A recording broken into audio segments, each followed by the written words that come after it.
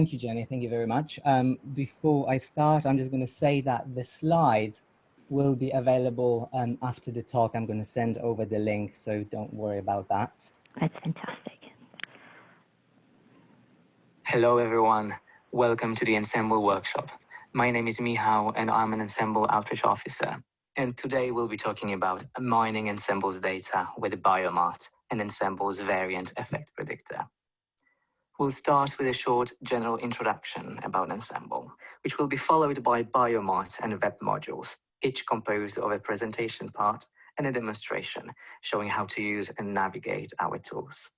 As you might know, the first genome was sequenced by Fred Sanger and his team in 1977. It was a small bacteriophage genome of about 5,000 bases, which paved the way for sequencing genomes of more complex organisms, and eventually the human genome of over 3 billion base pairs in early 2000s.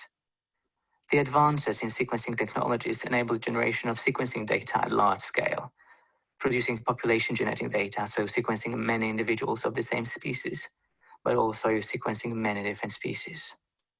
Ensembl was first started in 1999, when the human genome was in commission, as it was clear that automatic annotation will be essential. So the goal of Ensembl was to automatically annotate the genome, integrate this annotation with other available biological data, and make it publicly available. Since then, many more genomes have been added to Ensembl.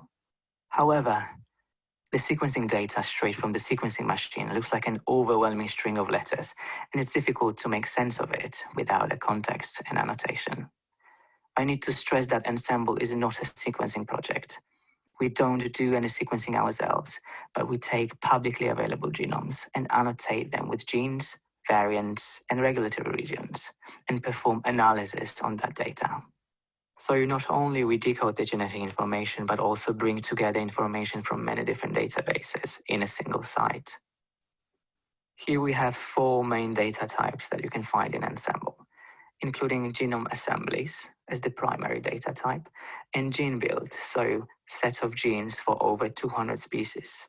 You can also find genetic variation data, comparative genomics analysis performed in-house, including whole genome alignments, homology, and gene trees, but also regulatory features. We also offer different tools to explore and process the data, like BioMart, our online export tool, the Variant Effect Predictor, which I'm going to be talking about later. You can also display your own data in Ensembl and access our data programmatically via our APIs.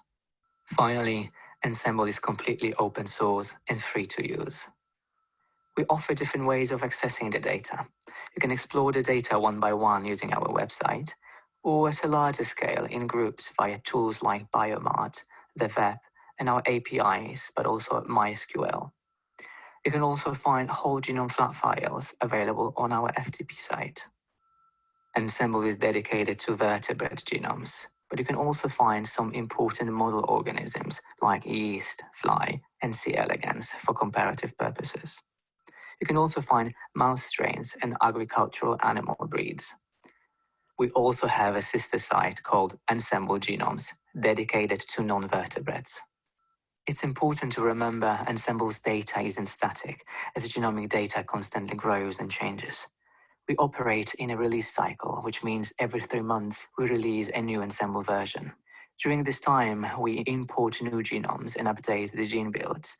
We also update our software, perform new comparative analysis on this new dataset, and update the variation and regulation data. Finally, we package it all up and display in the browser. Ensembl 100 is the current version of Ensembl, with the most up-to-date data, which means Ensembl's data might change with time. It's good to note which Ensembl release you're working with, in case you needed to go back to the old version. Previous versions are available in our archives, frozen in time for up to 5 years. We are currently using the newest human genome assembly, GRCH38, but we also have a website dedicated to the previous human genome assembly, GRCH37. And you can also find even older assembly in our archives. Okay, great.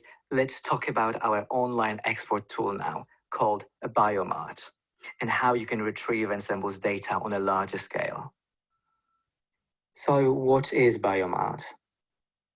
BioMart is our online export tool, which allows export of large amount of Ensembl data in one go with no programming skills required whatsoever. All you have to do is to follow this kind of point and click web interface to build your queries with a couple of mouse clicks. In other words, is also a custom download, which allows you to download custom tables and sequence files. BioMart's name has been derived from this shopping analogy, which is quite a nice metaphor. So you could be shopping by visiting those small corner shops, specializing in one type of objects, like, for example, chemists or pharmacies or butchers, and so on and so forth. Just like you could be hopping from one Ensembl tab to another, collecting or downloading individual objects. Alternatively, you could be using BioMart, which is more of a supermarket, where you can retrieve multiple different objects of all sorts in one go. So why would you use BioMart? Why is it useful? Why is it helpful? It's very handy for things that will be really time-consuming or tedious, difficult with the Ensembl browser alone. So imagine you wanted to retrieve hundreds of gene sequences or genomic locations of hundreds of genetic variants. And you could do that using the Ensembl browser by searching for individual genes and downloading the data you wanted and doing it one by one. But that would take you ages. While in BioMart, you could do that in one go. It's also great when it comes to ID conversion. So, for example, as the researchers, you might end up working with different resources. All of them have different identification systems and different IDs, and then you end up mapping between different IDs, and BioMart can do that for you at a larger scale. However, BioMart has its own limits as well. It's not designed as whole genome download tool. If you want a whole genome sequence, please go to our FTP site. When it comes to BioMart search, we recommend around 500 entries at a time. You can find BioMart in the navigation bar at the top of the page in both Ensembl and Ensembl genomes. This bar is blue in Ensembl and it's colored depending on the division in Ensembl genomes. BioMart is available for all vertebrates in Ensembl and most of the non-vertebrates in Ensembl genomes. Except bacteria, it's simply just too many of them. However, it might be possible in our new website, Ensembl 2020. Let's talk about using BioMart now. To use BioMart, you have to follow 4 easy steps. And here we have the overview. You first have to choose the dataset and database you want to search. You then have to provide your filters, so your input that you want to search with. You then have to specify your attributes, so in other words, your output, things you want to print in your tables. And finally, you just have to view and export your results. And let's talk about those steps in more details now. So you first have to specify the database you want to search with your filters. And you can choose from a few databases. You can select the database of all Ensembl genes or genetic variants, regulatory features, or mouse strains. You would only choose mouse strains if you were interested in specific differences between different mouse strains. For anything else, you're more likely to be using mouse genes or mouse variation databases. After choosing your database, you then have to specify your data set, so the species of interest. You then have to define your filters, so the things you want to search with, because you're not interested, let's say, in the database of all human genes. You want to narrow it down with your filters to a subset of genes that you're interested in. Like, for example, you might be interested only in genes falling in specific genetic region, or you might be interested in genes matching certain names or IDs, or associated with certain functions or phenotypes. And you can build simple queries by applying only one filter, but you can also build a bit more complicated queries applying multiple filters. which is great as BioMart offers you quite a lot of flexibility when it comes to choosing your filters. And what is important is that the filters follow AND logic. So what you're getting in your output is the intersection of filters. So for example, let's say if I was interested in genes falling in chromosome 9, that would be my first filter. But also in genes with transmembrane domain, and that with my second filters, what I'm going to get in my output is all genes on chromosome 9 with transmembrane domain. I hope it makes sense. And sometimes if you're not getting any results, it might be because there's no overlap between your filters. You then have to choose and define your attributes. So again, the data you want to export, you want to print in your table or your output. And there are many, many attributes you can choose from. We're going to explore them in a minute, but I also encourage you to go and explore on your own, see what's available. There's really quite a few of them, and you can choose from different IDs, from many different external databases. You can choose feature attributes, you can choose variant information, you can choose homologs like orthologs and paralogs, but also sequence data. Finally, the last step is to view and export your results. We support different file formats, like for example, for tables, you can choose from HTML, comma-separated files or tab-separated files, but also Excel files. However, bear in mind, if you're using Excel and working with genes, like for example, sept or oct, Excel likes to convert them automatically to dates. So watch out. And you can also choose a faster format for sequences. If you're an R user, you might also be interested in BioMart, which is our package for BioMart. We do not develop it, but if you're keen, go check it out. You can find more information under the links below. Finally, if you'd like to know more, go have a look at our publications on BioMart, and please cite them if you're using BioMart. Well, let's move to our demonstration now. We have a short exercise. We are going to look at the set of 6 human genes. We could do it for hundreds of genes. However, for the purpose of this exercise, we're only going to look at 6 genes, and we are given their gene names, and we want to find out their NCBI gene IDs. So we have an example of ID conversion here. We also want to explore their function via Go terms, so gene ontology terms. And finally, we want to also obtain their cDNA sequences.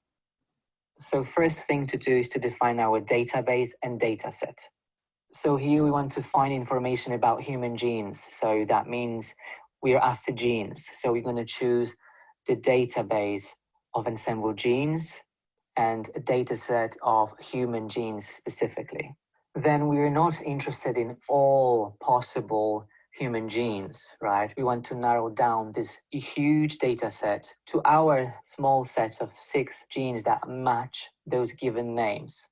Therefore, gene name is going to be the only filter in that query. We then have to specify our output, also known as attributes. So things we want to export, and in that case, we've got NCBI IDs, Go terms, cDNA sequences, but also it's advisable to include your input in your output so that you can match your gene names with your obtained output. Therefore, we're going to choose gene names as the attribute as well. And finally, we're going to view and export our data. Okay, great. Let me jump out of my presentation now and copy my input gene names. Let's go to the browser now and navigate to the Ensembl genome browser. You can go to Ensembl by typing www.ensembl.org. Once you're here on our homepage, you can notice link to a BioMart here in this blue bar on top of the page. I'm just going to click on BioMart, which takes me to our first step, choosing the database and the dataset. So let's click on the drop-down list to see our options. So we can choose from ensemble genes, mouse strains, ensemble variation, and ensemble regulation. 100 stands for the newest ensemble release, which is release 100. So as you know, in this exercise, we want to look for specific human genes. So we want to search a database of human genes. I'm going to choose ensemble genes then. And now we can choose our data set. So the species of interest. You can see some popular choices on top, like chicken, human, mouse, rat, and zebrafish. I'm going to go for human genes. So we've chosen our database and data set. Step 1 is done. We can move to step 2 now. As you can see, the filter section has now become available. So we can begin to start choosing our filters. I'm going to click on filters in the left-hand side menu. Filters are here grouped into different categories. So we've got region-related filters, gene-related filters, but also phenotype, gene ontology, or multi-species comparisons, protein domains, and variant-related filters as well. I'm not going to explore all of them now. I encourage you to go explore on your own in your free time. Just play with it, see what's available, how you can apply it in your own research. But let's have a look at a couple of them. So let's expand region filters by clicking on the plus. As you can see, we can narrow down the database of all human genes to genes, for example, only on specific chromosome. To do so, you first have to tick the chromosome filter so that it becomes active, and then choose a specific chromosome, for example, chromosome 7. And you can now see that the filter has now been applied to our search and it's been added to the filter list on your left-hand side. However, in this exercise, we don't need chromosome filters. We are only looking for genes of a specific name. So to get rid of a filter, simply untick it and it's going to disappear from the list. You can also limit your search to more specific genomic regions. So apart from choosing a chromosome, you can add coordinates. You can add start and end coordinate, but you can also search using multiple genetic regions provided as a list here in this text box over here. Let's close that for now. Let's explore the gene filters. Here, for example, we can search for genes matching certain IDs. That's the filter we're going to use in a minute, but let's have a look what else we've got here. You can also limit your search to genes mapping to specific microarray probes. You can search for specific gene types, like, for example, pseudogenes or long non-coding RNAs, all sorts of other RNAs, protein coding genes, and so on and so forth. You can search for genes of a specific source, and you can also filter based on transcript annotation or transcript scoring algorithms like transcript support level, APRIS, main, and GenCode basic. Before we apply our filters, let's have a look at the other categories. Here you can search using specific phenotypes, and also you can search using gene ontology terms. Remember, in this exercise, we want to output gene ontology categories, so gene functions and processes our genes are involved in. However, we are not searching with gene ontology categories. It's important to realize what your filters are and your attributes are and differentiate between them, okay? So filters, again, is our input, things we're searching with, and attributes are our output, so things we want to print in our table. Okay, let's go back to our ID filters. I'm just going to quickly close those. So here we have input external references ID filter. I'm going to select this. And as you can see, by default, this filter is set to ensemble stable gene IDs, starting with ENSG. However, if I click on this drop-down list, you'll see there's many different IDs you could search with. So you just have to find the appropriate ID category that you want to use. And in this case, we're not searching with ensemble stable IDs, but with gene names.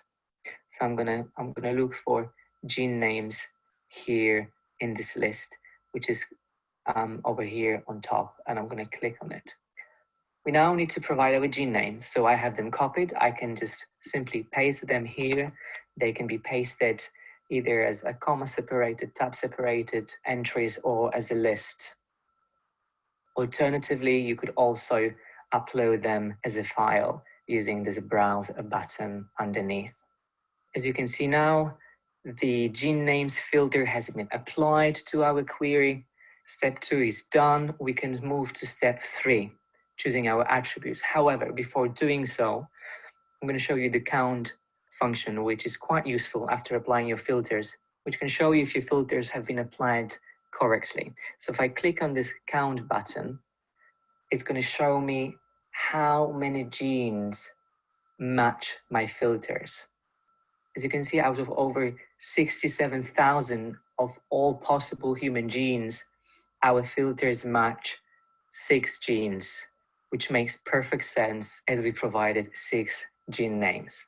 Okay, great. Let's move to step 3, attributes. I'm going to click on attributes now. And first thing to realize here is that we have 6 main attribute types, which are indicated here by those different radio buttons. So we have features, attributes, structures, homologues, variant, including germline and somatic, and sequences. What is important, you can only query one category at a time, okay? So we know that in this exercise, we're interested in feature type attributes like gene ontology terms and external IDs or things like that. However, we also want to get cDNA sequences, which we can find under sequence, which already hints that we'll have to build 2 separate queries. But let's start with features. I'm going to expand the gene to see what we have got over here. You can see there are a few attributes already pre-selected for you. So we've got gene stable ID and its version, but also transcript stable ID and its version, which are already active, listed in our attributes lists. There's also many other attributes you might be interested in. And again, I would encourage you to go and explore in your own time what options you can choose from. Let's say I'm not interested in gene stable ID version or transcript version. I'm going to deselect those. And I'm going to search for NCBI gene IDs, as that's what we were asked for. So I just expanded the external features. And here we have a bunch of other attributes we could choose from. You can already begin to notice that we have all sorts of RefSeq IDs, NCBI IDs, and IDs from many other databases like OMIM. Here we have our NCBI gene ID that we're interested in. So I'm going to select this. Furthermore, we also have gene ontology categories here on top. I'm going to select all gene ontology term accession, name, and definition.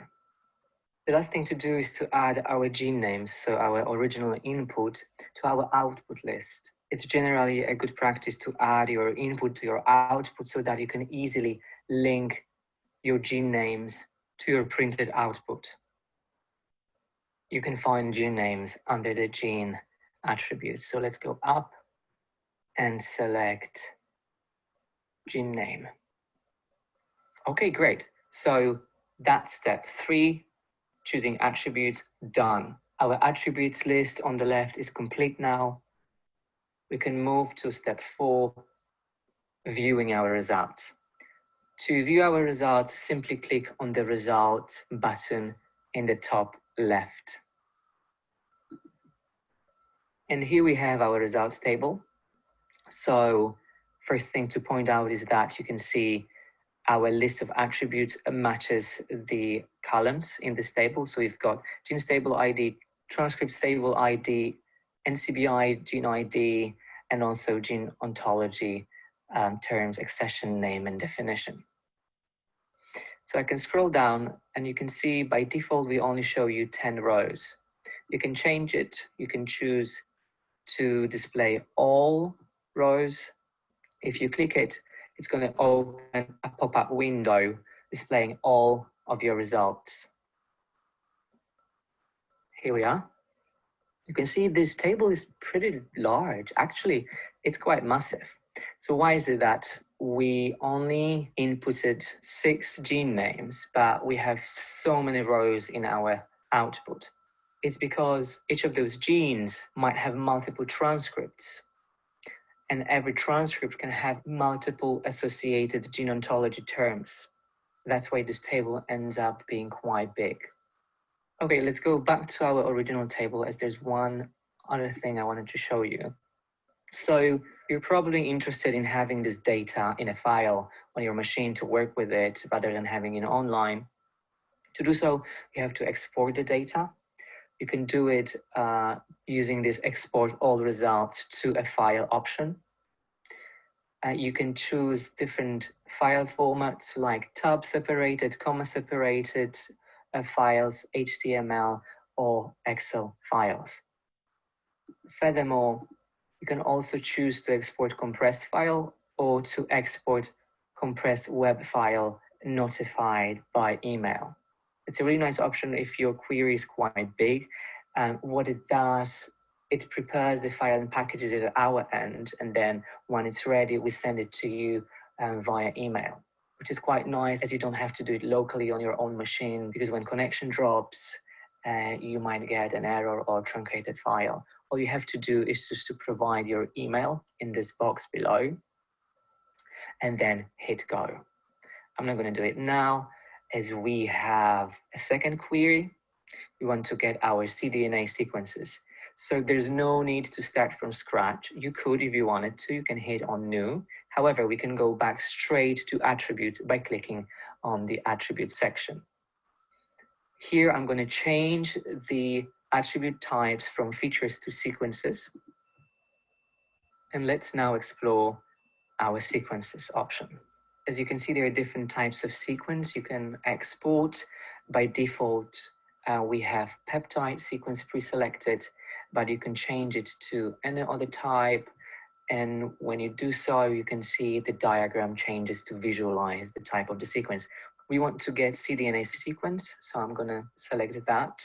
And then we can also modify header information. So let's expand the header and see what we've got here. So as before, we've got gene stable ID and a version pre-selected, as well as transcript stable ID and its version. I'm going to deselect those, as I'm not particularly interested in them. But then it's also nice, again, to include your input in your output, so that we can match up our gene names with the outputted sequences. So I'm going to select gene name as well. As you can see, our attributes have been added to the list, so we are ready to click Result. Just as before, we only show you first 10 entries. And you can see they're quite long. And again, you can see them all by changing the view option. If I click on all, you'll see that again, there is quite a few sequences provided here. And again, why so many sequences while we only have 6 genes is because each of them can have multiple transcripts, and all the transcript sequences are listed here. And finally, you can also export your sequences as the FASTA file. And in this section, we'll talk about the VEP, so Ensemble's Variant Effect Predictor. The VEP is a tool which allows variant annotation and prediction of their functional consequences. It works for SNPs, insertions, deletions, and structural variants, and it doesn't matter if variant is known or novel. So if you've got results from your sequencing experiment and you found some variation, the VEP can annotate your variant for you. What it does, it takes a list of input variants described in different formats and then talks extensively to Ensemble's database, pulling out all sorts of information you might be interested in. This is the list of formats the VEP can take in, starting with the default Ensembl format, which is a tabular format, with the first column being the chromosome, second, the start position, third, the end position, then the substitution with the reference allele first, followed by the alternative allele in the fourth column, and finally the strand column. Forward indicated by 1 and reverse by -1. The strand column is optional. You don't have to provide it, however, if it's not given, Ensembl will assume the strand is forward. We then have the standard variant calling format. You can also input various variant IDs or HGVS notation, which basically describes the variant position within a feature, so within a gene or a transcript, a coding sequence or a protein. And finally, you can also use the new dbSNP format, SPIDI. Here we have a list of features that the web can output. You can query different gene sets, including our Ensembl GenCode gene set, or GenCode Basic, NCBI's RefSeq, or even merged datasets. You can then find out if your variant falls in regulatory region, whether they are known, reported before in various databases, or novel. You can get allele frequency from different population genetic studies, but also all sorts of pathogenicity predictions. And finally, you can also get phenotype and disease association, as well as clinical significance from various resources. The variant consequences are described using sequence ontology nomenclature, which is a standard language describing sequence-based features. So variant consequences are classified based on where in the gene or genome they fall. Here, for example, we have a variant falling in a promoter, classified as a regulatory region variant. But there are some variants which might fall in different features or different transcripts, like for example this variant over here, which falls in both the promoter but also in 3' UTR. All the variant consequences are color-coded. Here's a list of all possible consequences in Ensembl. You can see there's quite a few of them. The color coding is consistent throughout the website and the web. I just wanted to point out that they're somehow ranked from more severe on top towards the less severe. And you can see the more severe consequences have those danger colors like reds and oranges, while the less severe consequences like synonymous or intronic variants have these bluish and greenish colors. And finally, we also have regulatory variants in brown. A few words about pathogenicity predictions. There are various algorithms scoring effect of amino acid substitutions on the protein. They might take into account different properties like chemical similarities of amino acids, 3D protein structure and domains, but also conservation and sequence homology. It's important to remember they are predictions, not facts, and most of them haven't been experimentally validated, so don't take them as the gospel truth, as they might sometimes disagree. Here we have a list of some of them which you can find in the web. So we've got SIFT, Polyphen2, CAD, and some others. I would say the first three are more commonly used. I just wanted to point out that they're all a bit different. As you can see, most of them range from 0 to 1, while CAD, for example, from 0 to 100. They all use different cutoff and phrasing for pathogenicity classes. They might have opposite directions. For SIFT, for example, low values are bad, while for the others, it's the opposite. Also, I'd like to stress that CAD scores are genome-wide, available for coding and non-coding SNPs and indels, so not only for missense SNPs.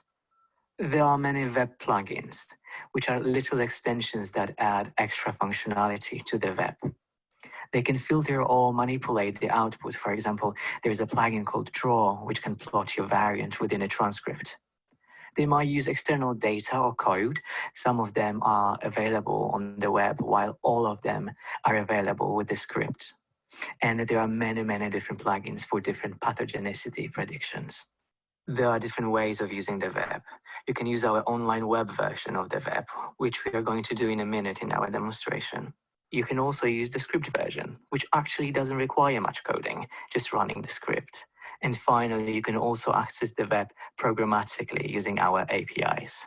The web is widely used in both the clinical community and the industry, but also by many different international consortia.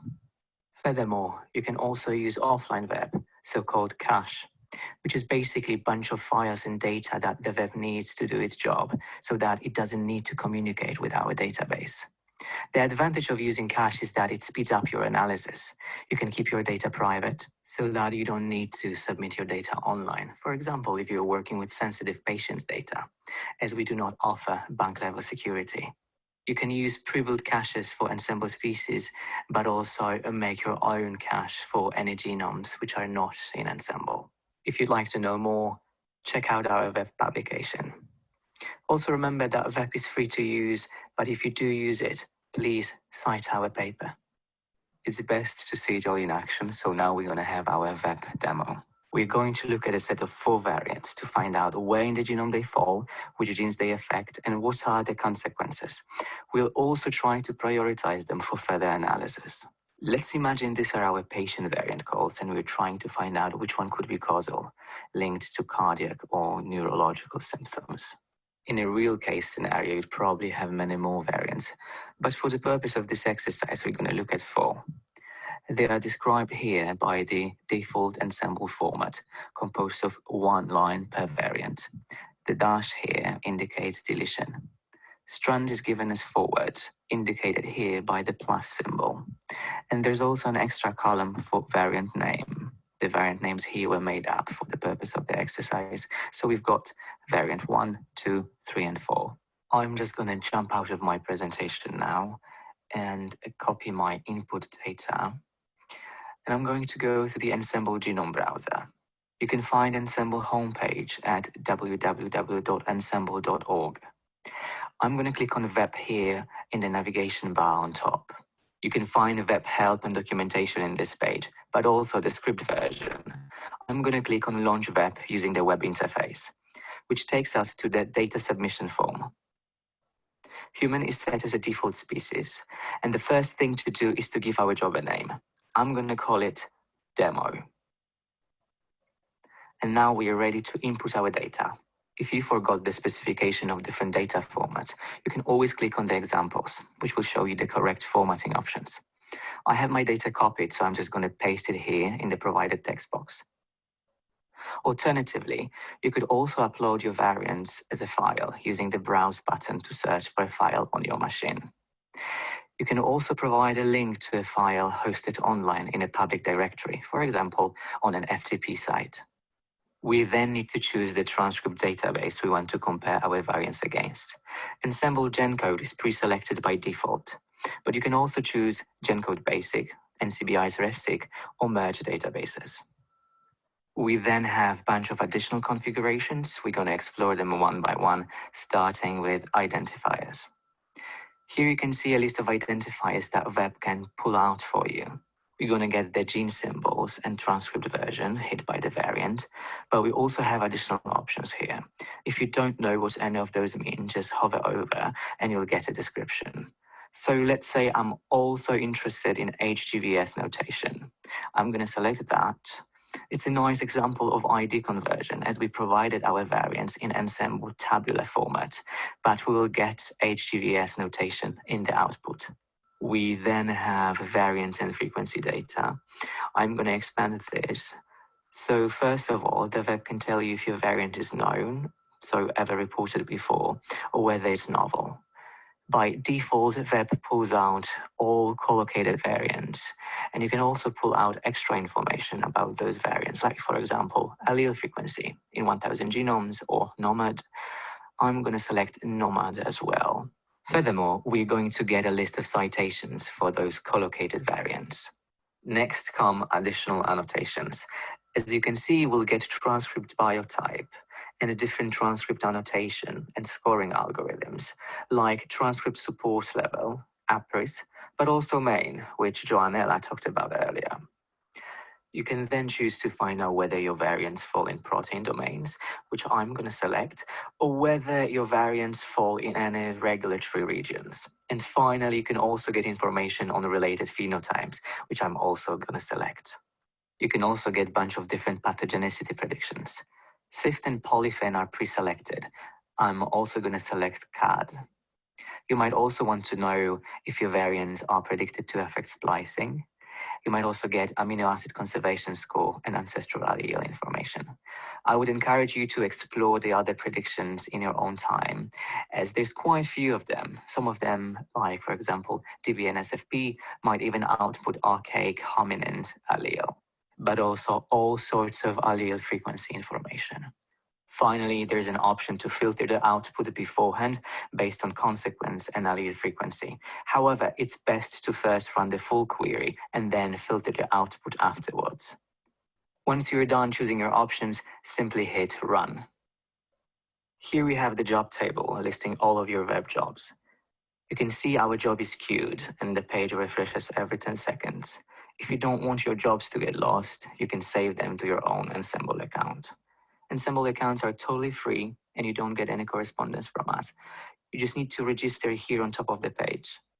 You can also edit and resubmit the job, share it with your collaborators, or delete it. Now we can see the job is done, which is indicated by this green label. All you have to do is simply click on View Results. Here we have a graphical representation of our results. You can see we processed 4 variants. One of them is novel. They hit 2 genes and 7 transcripts, but also 1 regulatory region.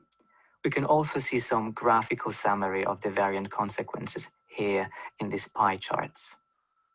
Let's have a look at the results table on the bottom. So as you know, we processed 4 variants, but when you have a look at this table, it's actually quite big.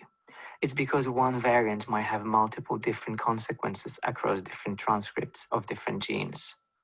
The table lists 1 row per consequence. For example, this variant 2 hits 2 different genes and a regulatory region, but also multiple transcripts of the same gene. For example, 4 different transcripts of the COQ4 gene. Let's have a look at the columns.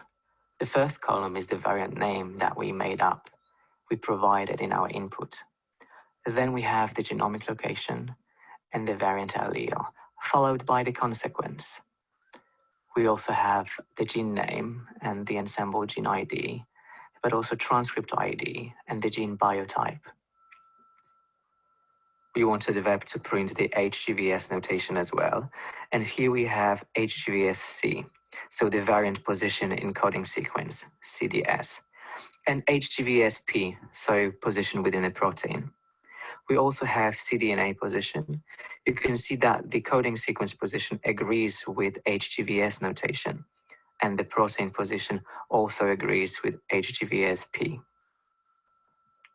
You can also see the amino acids for coding variants, 1 amino acid for synonymous variants, and amino acid substitution for missense variants, but also the codon position in bold and the actual codons. Finally, if the variants are known, you'll see the existing variant IDs here in this column. You can see all of those are known, but if I go down to the bottom, you can see the IDs are missing here, which basically means those variants are novel and haven't been reported before. We then have the main annotation, which, as you already know, provides 1 most biologically relevant transcript per protein coding gene, identical between RefSeq and Ensembl. If this field is empty, it means this variant consequence wasn't reported on main transcripts. But if it was reported on the main transcript, you'll see the corresponding RefSeq transcript ID here in this column. We then have transcript scoring algorithms like transcript support level and APRIS, and also pathogenicity predictions for missense variants like SIFT and polyphen. If a variant falls in known protein domain, it'll be listed here in the domain column.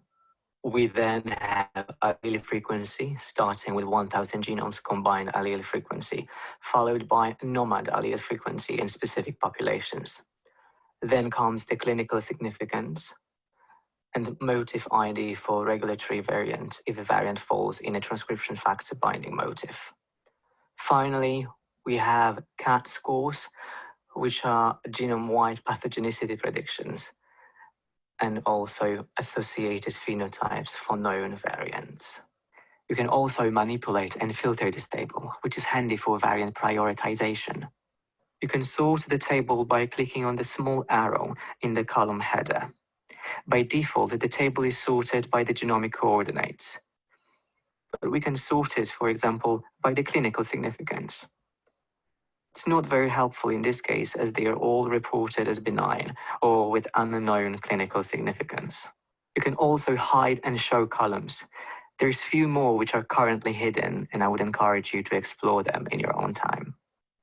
Okay, let's move to filtering then. The web is very flexible and allows you to apply multiple filters. We only have 6 variants in this exercise, but often you might be working with hundreds of thousands of variants, and narrowing them down with appropriate filters is very useful. Let's say I'm only interested in protein coding transcripts, and I'd like only 1 variant consequence per gene reported on the most biologically relevant main transcript. To do so, I can filter the output by the main column. We first need to choose the column that we want to filter. I'm going to go for main. We then need to choose the logical operator. I'm going to choose in file, which basically is going to get rid of any rows with empty fields in that column. So it's going to filter out non-main transcripts. I'm going to hit add now. As you can see, we're only left with 1 transcript per gene. Variants 2, 3, and 4 hit main transcripts of both COQ4 and TRUB2, while variant 1 only hits COQ4 main transcript. We are left only with protein coding biotypes. And if I go to the main column, you can see the corresponding ref-seq transcript IDs. We still have quite a few variants left. Let's see if we can filter them further down. I can also filter by the consequence to leave only the most severe consequences. I'm going to choose the consequence column as my filter now. I'm going to leave is, and let's say I'm only interested in missense variants. So I'm going to say consequence is missense add. We're left with the missense variants meeting our criteria. You can see there's only 2 of them. They fall in the same gene in different exons. One of them is predicted to be tolerated or benign, while the other is possibly damaging or deleterious. Remember, these are predictions, not facts, and they might sometimes disagree, so I wouldn't necessarily filter the table based on the pathogenicity predictions, as I wouldn't like to exclude my variant in that way, but they might guide my analysis. And this severe prediction is encouraging if we're looking for causal variant linked to a rare disorder. And you can see it also falls in the protein domain. The clinical significance agrees with the pathogenicity predictions for the benign variant, and the CAT score is also much higher for the deleterious variant. The other important aspect to filter by is the allele frequency, as variants causing rare disorders should be very rare in the population. As you might have already seen, there is indeed a big difference in allele frequency between those 2 variants. We only have 2 variants left, but I still want to show you how to apply this filter. So I'm going to filter by combined allele frequency in 1,000 genomes, and I want it to be less than 1%, so 0.01, which will filter out all common variants. You can see this allele is indeed very rare in both 1,000 genomes and NOMAD. And it has been linked to coenzyme Q deficiency manifested with cardiac and neurological symptoms, which could potentially explain our case, so it's a pretty good candidate for further analysis. If you want to get rid of a filter, simply click on the X next to the filter name. So web gives you lots of custom data and flexibility. You can combine multiple filters. We also link you out to different external resources. If you wanted to download this data to work on it on your machine, you can choose a couple of different file formats, including VCF, web format, but also text file. You can download either the entire table or only your filtered variants. That brings me to the end of my demo. I hope you found it useful. Let me just quickly go back to my presentation for some closing remarks. If you wanted to know more, we have a range of online tutorials, including short webinars, but also longer courses. You can find more videos on our YouTube and YouTube channels. We also have public mailing lists that you could join if you'd like to stay informed. If you have any questions, drop us an email at helpdesk@ensembl.org. Follow us on social media. You can find us on Facebook and Twitter, and we also run Ensembl blog with a range of articles. Finally, please do cite our publications if you're using our resources. Ensembl is free to use, but we really appreciate citations which help with our funding, but also keep us informed on who's using Ensembl and how. This is our newest annual paper in nucleic acid research, and you can find a full list of publications under this link. To finish off, I'd like to thank the entire Ensembl team of around 70 people, and here's a photo from our last team retreat. And I would also like to thank our sponsors who made this work possible. So that's the end of the presentation, and I'm happy to take any questions if there are any. Thank you so much, Michal. That was really so clear and really nice to see you work through these two tools. Does anyone have questions?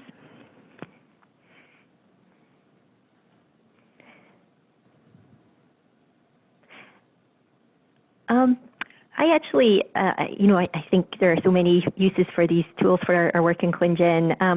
One, with our gene curation expert panels, we are often, we're looking at clinical validity between genes and diseases. So I was curious for BioMart, for this phenotype data, where is that coming from? I saw one was OrthoNet, but is there a way to get a list of genes associated with a particular phenotype, or is that not possible through BioMart?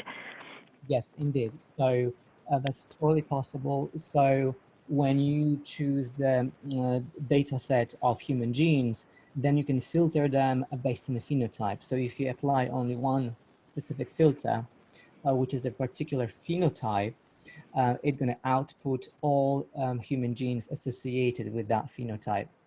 And then, of course, on top of that, you can apply extra filters if you wanted to, for example, narrow them down to a specific chromosome or something else. Okay, great. And the phenotype data, like, where is that coming from? Like, how does BioMart know that that gene is associated with that disease? Is it, I saw like OrthoNet, are there other sources too? Yes, so we kind of mine all sorts of data out there, including OMIN and a couple of other databases. And then basically everything that you can find, BioMart has access to everything you can see on the Ensembl website. Okay, that's great. Yeah, and also there is a list of all our data sources in the documentation. You know, I could send you more details if you wanted to, but off the top of my head, there's quite a few of those sources, yeah. Okay, yeah, that's great. And so literature too, I mean, are you pulling in like information from PubMed also, just out of curiosity? Because, you know, a big part of our work is just trying to find appropriate literature on different gene disease associations and variants. So do you pull in from PubMed at all? Yeah, so I don't think we specifically mine PubMed itself, but if like those associations are made somewhere from PubMed, Okay. we just import those. Right, like into OMIM or somewhere like that. Yeah. Yeah, okay, great. Any other questions? Folks are quiet today.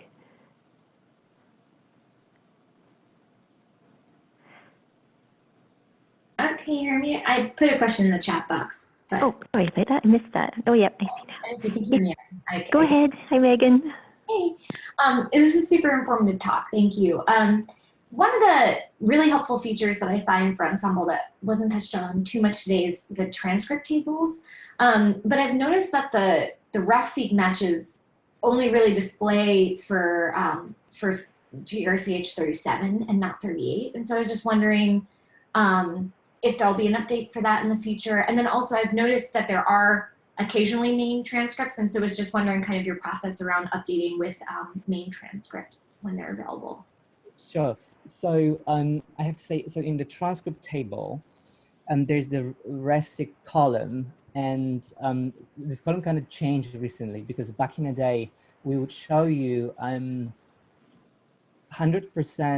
RefSeq match in this column.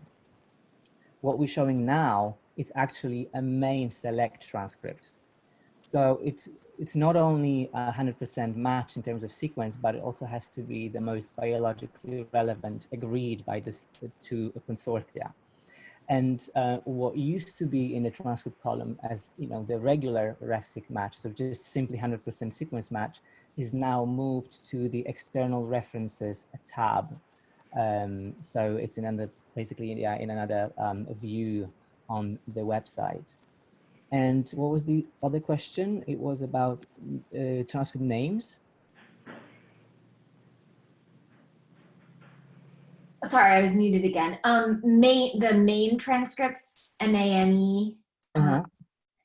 Just if you'll be kind of updating the transcripts to relate to their main transcript correlations, or if that's not going to be. I guess if you've moved it kind of to the external reference tab, maybe it would go there if you do that. Yeah.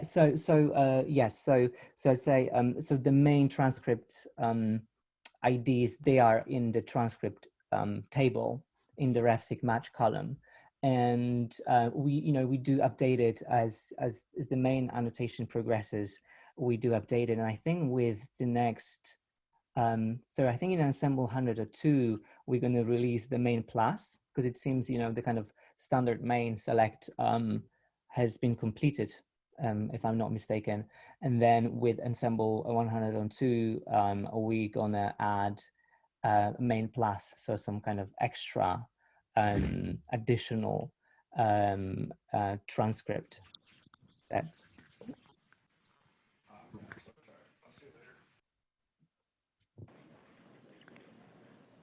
Thanks. So any other questions?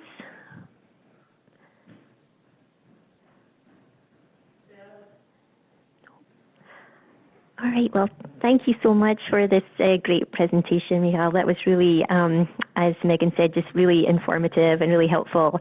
And I think, yeah, I'm excited to go and do some more work with the VEP. It's just really amazing to see everything that it can do, and also to try out BioMart as well. So thanks so much for your help.